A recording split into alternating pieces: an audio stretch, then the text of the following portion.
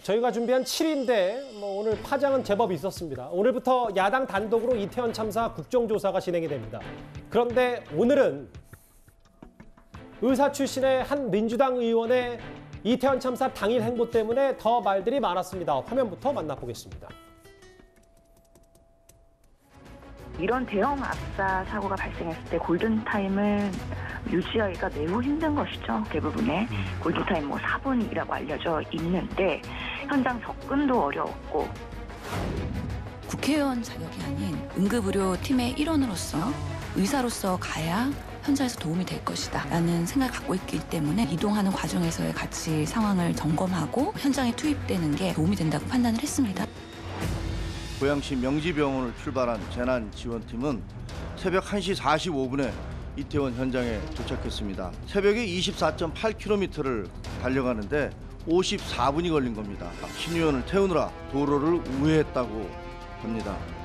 게다가 40분 만에 활동을 종료하고 오전 2시 15분에 현장에서 철수했다고 합니다. 분초를 다투던 출동 시간에 응급차 도착을 지연시켜가며 현장에 도착한 신 의원은 상황이 대부분 종료된 상태에서 과연 어떤 구호 활동을 한 걸까요?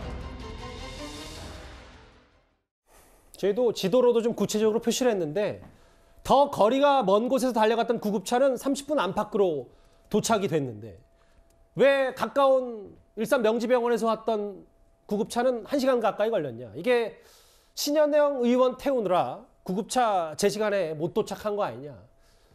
논란이 있었습니다. 이게 핵심이죠? 네. 이태원 참사가 이제 벌어지면서 당시 그 16군데의 어떤 상급 병원에 재난 대응팀의 호출을 다 지시를 했습니다.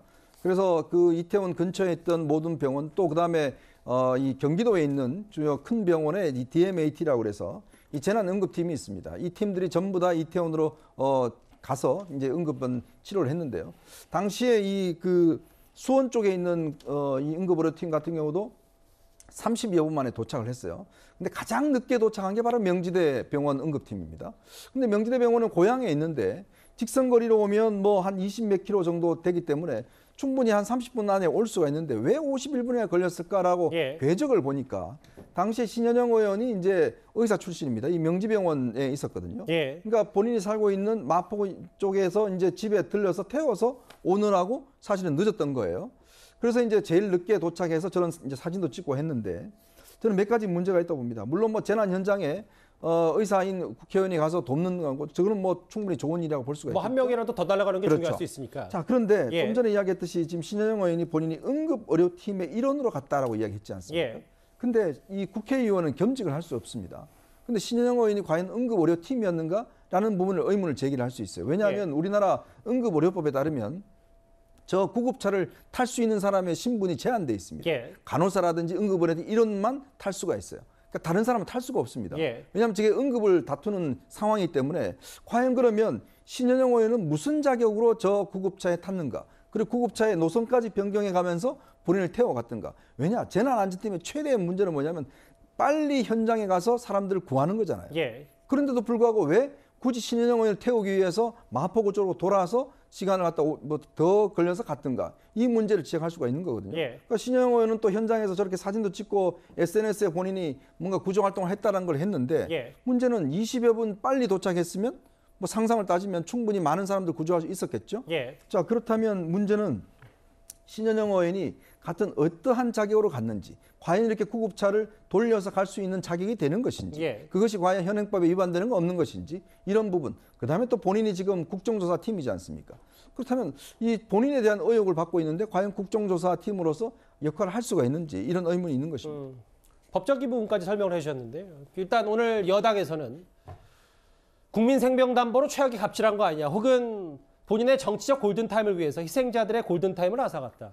그 설 변호사님 이런 것 같아요. 그러니까 법적인 부분은 따져봐야 되고 뭐 신 의원도 의사로서 참여했고 나중에 호출받고 추후 수습하는 반으로 들어간 것이다. 뭐 전혀 문제가 없다고 하는데 이제 도의적인 부분은 이런 것 같아요. 예를 들어 본인을 태워서 잠시라도 우회를 했다면 차가 다음날 아침에 본인이 골든타임을 외쳤는데 네. 이게 도의적으로 정치적으로는 비판받을 수밖에 없는 거 아닌가? 이거에 대해서는 좀 어떻게 생각을 하세요? 글쎄요. 그러니까 뭐 비판까지는 저는 좀 과하다고 보고요. 예. 아니 이게 착한 사마리아에 이렇게 돌을 던지는 격이죠. 예. 저는 특히 국민의힘은 절대 이 부분에 대해서 비판할 저는 자격이 없다고 봅니다.